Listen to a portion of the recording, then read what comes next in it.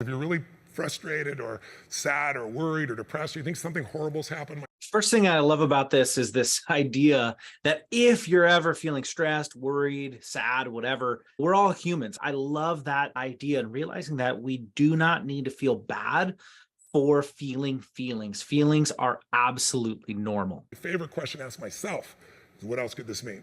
And I make myself come up with at least 3 different meanings, because what happens is beliefs become self-fulfilling. See, once you believe. Asking that question is such a good thing of what else could this mean, and forcing yourself to come up with 3 different meanings.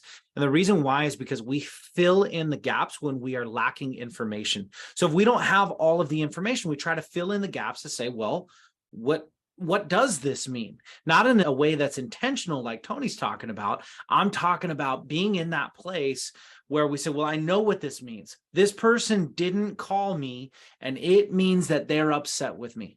I don't know that they're upset with me. I'm filling in the gaps. Maybe they could be having a bad day. Maybe they got really busy, maybe something else. But we fill in the gaps with things that we think are true based on our lack of information. So this discipline that Tony's talking about here of saying, what else could this mean? That's something that's going to help us in everything that we do. See, once you believe something, you don't see anything else. I've done this with your audience before. I said, look around the room and find brown. Everybody looks around.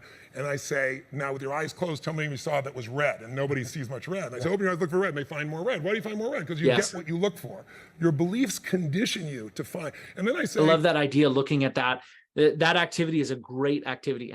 Tony's face is funny there. But that's a great activity to do anytime you are speaking or doing any kind of presentation. This is an activity that always works. Basically, you tell people, look around the room and find everything that you can find that is red. And you tell them, look for it, look for it, look for it. Ask them to close their eyes and shout out everything that they see. You can say whatever color, brown, blue, whatever it is, green. And they can't see it. And it gives them that, it gives them that perfect example to see that it's really true. They get what they are looking for. They get whatever it is that they're looking for. And in this situation, Tony talking about it here, that's what's happening. We are getting what we are looking for. And so if we shift what we're looking for, if we're looking for the good, if we're focusing on the good that's going on, we're going to find more good. But if all we're doing is focusing on the problems, then that's all we're going to find. We're just going to find the problems, because whatever we are looking for is what we are going to find. How many saw, I said, you even saw things that weren't there. How many saw beige stuff, called it brown just to feel successful? They all laugh. You know? How many saw burgundy and called it red? They all laugh. And the reason is because once we're after something, we'll even make the color different to feel successful. If you think somebody's mean, you'll find meanness in them if it's not there. If you think somebody's your dear friend and they do something terrible, you'll say, oh, they're having a bad day. So our beliefs can. That's a great example right there with personal relationships. When you're feeling good about a particular friend, even if they do something wrong, we don't care. If you don't like that person, it doesn't matter what they do. If they did something nice to you, you don't go, oh, wow, that was nice. You don't even say, wow, that was out of character and they did something nice. You go, well, what are they trying to get out of me? What are they trying to get out of me? Maybe there's some kind of other motive, some kind of other intentions. Whatever we're looking for is what we're going to find in personal relationships. That is a great, great example. Our beliefs control us. So unquestioned beliefs that produce stress, those are the ones you've got to question. Unquestioned beliefs that produce stress are the ones that you have to question.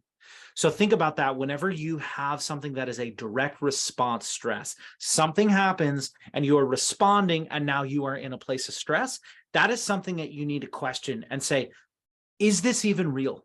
Because most of us are stressed all the time about paper tigers. We're stressed all the time about things that are not real. So what Tony is pointing out here is that we can question those. When we don't know for certain, we can ask, well, what else could be true? Byron Katie has a great book called The Work. And the first principle in the work is find the truth. So you ask yourself, is this true?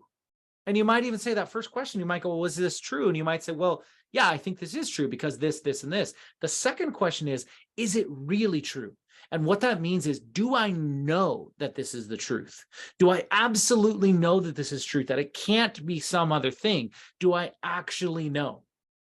Because I go through bad days. And I feel these kinds of things where I might look at things the wrong way, but also I go through bad days And when I go through those bad days, there's going to be collateral damage, meaning I might say something that sounds snarky to someone and it means nothing about how I feel about them. I'm not even realizing it, because whenever we get in those states, we're unconsciously reacting to whatever's going on. All of us do this. And so when other people are going through those things, we have to realize maybe it means something else. Could it mean something else? Is it actually personal? Could it mean something else? Because most of the time, people aren't actually thinking about you that much. Most of the time, they're not really that worried about you. They're worrying about their own stuff that's going on.